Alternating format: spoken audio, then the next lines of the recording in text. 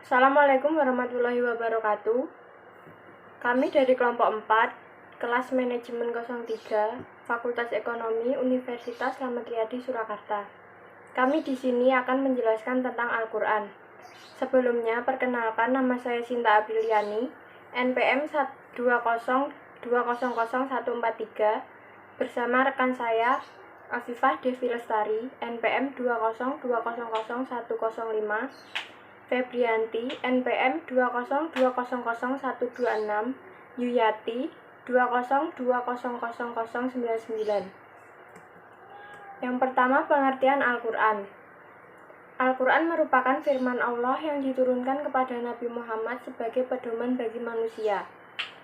Dalam Islam, Al-Quran membicarakan suatu masalah yang unik dan tidak tersusun secara sistematis.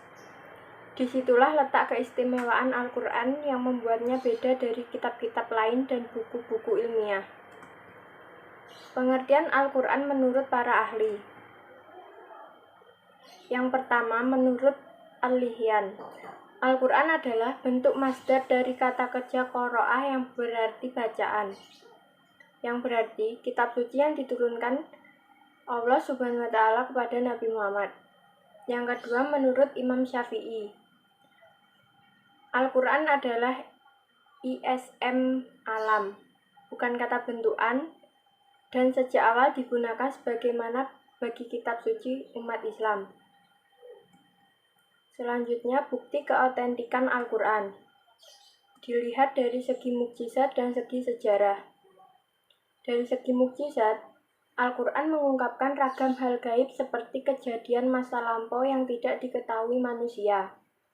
Banyak terdapat ramalan-ramalan tentang peristiwa yang belum terjadi.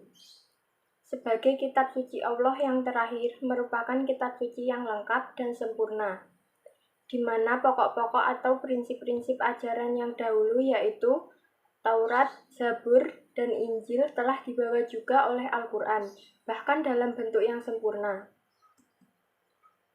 Dari segi sejarah, Al-Quran diturunkan kepada Nabi Muhammad secara berangsur-angsur selama 20 tahun. Langsung disampaikan kepada para sahabat agar mereka menghafalnya sesuai dengan hafalan Nabi, tidak kurang dan tidak lebih. Ayat-ayat tersebut ditulis dalam pelepah-pelepah kurma, batu-batuan, kulit-kulit, tulang belulang. Setelah Rasulullah wafat, pemeliharaan Al-Quran dilanjutkan Abu Bakar, Umar bin Khattab, dan Utsman bin Affan. Selanjutnya, prinsip penetapan hukum di dalam Al-Quran. Yang pertama, menghilangkan kesempitan. Prinsip ini ditegaskan oleh Allah dalam surat Al-Baqarah ayat 185, yang artinya, Allah menghendaki kemudahan bagimu dan tidak menghendaki kesukaran bagimu. Dengan prinsip ini, tentu kita yakin bahwa tidak ada hukum Al-Quran yang tidak dapat dilaksanakan oleh manusia. Karena setiap masalah atau persoalan yang kemungkinan manusia tidak mampu menghadapinya atau tidak mampu melaksanakannya, Al-Quran senantiasa memberikan alternatif.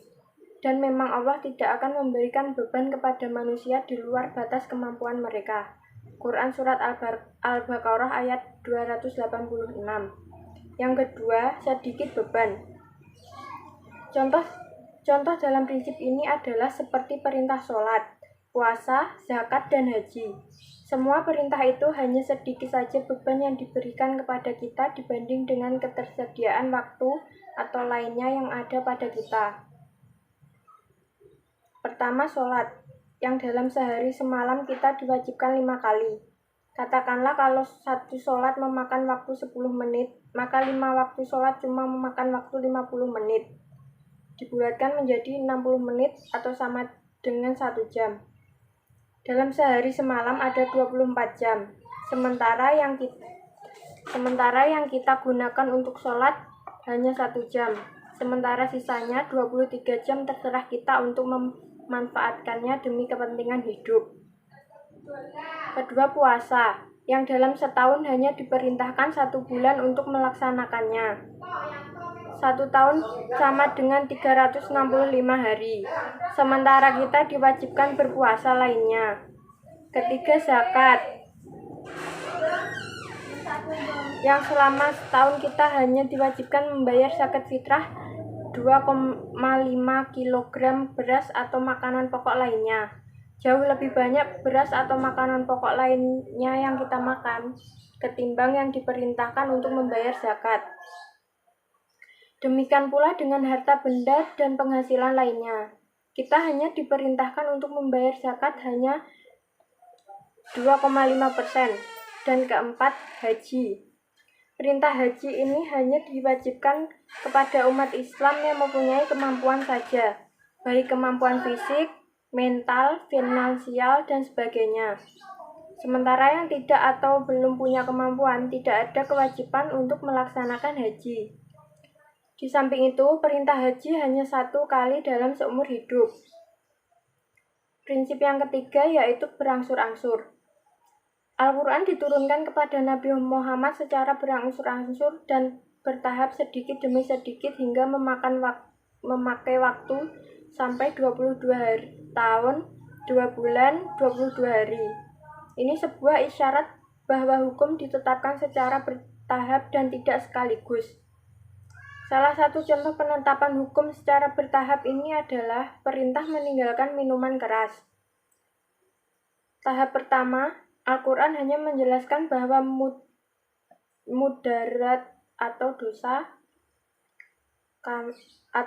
kamar atau minuman keras itu lebih besar ketimbang manfaatnya. Setelah tahap pertama ini diterima, maka tahap berikutnya menetapkan larangan melaksanakan sholat ketika sedang mabuk.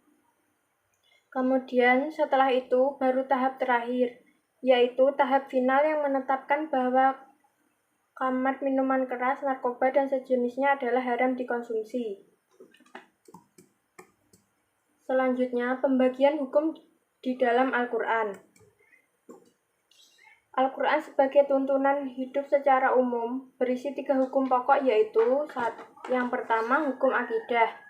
Ajaran-ajaran yang bersangkutan dengan akidah atau keimanan yang merunding tentang hal-hal yang mesti diyakini, laksana masalah tauhid, masalah kenabian, tentang kitabnya, malaikat, hari kemudian, dan sebagainya yang bersangkutan dengan ajaran akidah. Yang kedua, hukum amal. Hukum-hukum amaliyah, yakni ketentuan-ketentuan yang bersangkutan dengan amal tindakan mukallaf. Dari hukum-hukum amaliyah berikut timbul dan berkembangnya ilmu fikih.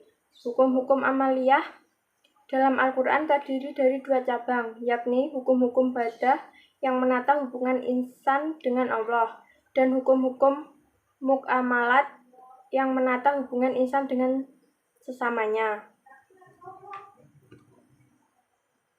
Yang ketiga, hukum akhlak. Ajaran-ajaran yang bersangkutan dengan akhlak, yakni hal-hal yang mesti dijadikan perhiasan diri oleh masing-masing mukallaf berupa sifat-sifat keutamaan dan menghindarkan diri dari hal-hal yang membawa untuk kehinaan. Selanjutnya, kedudukan dan fungsi Al-Quran. Adapun fungsi dan kedudukan Al-Quran diturunkan sebagai berikut. Yang pertama, sebagai petunjuk manusia. Sudah tidak diragukan lagi bahwa Al-Quran memberikan petunjuk dalam persoalan-persoalan akidah, syariah, dan akhlak. Dan Allah Subhanahu wa Ta'ala telah menugaskan Rasulullah untuk memberikan keterangan yang lengkap.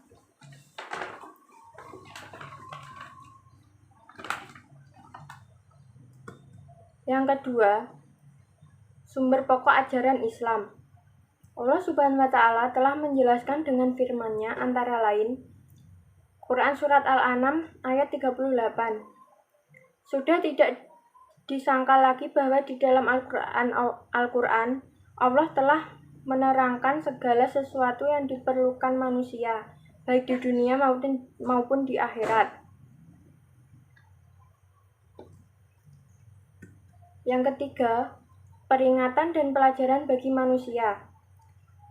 Di dalam Al-Quran, banyak terdapat kisah para nabi dan rasul beserta umatnya. Ada yang mengungkapkan kebaikan-kebaikannya, yaitu kepatuhan dan ketaatan umat kepada rasulnya. Dan ada yang mengungkapkan keburukan-keburukannya, yaitu keingkaran dan kesombongan umat kepada rasulnya. Kesemuanya itu merupakan peringatan pelajaran bagi kita. Kisah-kisah dalam Al-Quran tidak hanya dimaksudkan untuk menguraikan sejarah, melainkan yang terpenting ialah menggambarkan bagaimana cara yang ditempuh oleh Nabi dan Rasul terdahulu dalam mengembangkan dan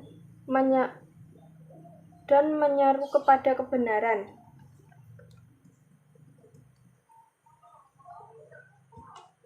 Sekian dari kelompok kami. Bila ada salah kata mohon dimaafkan.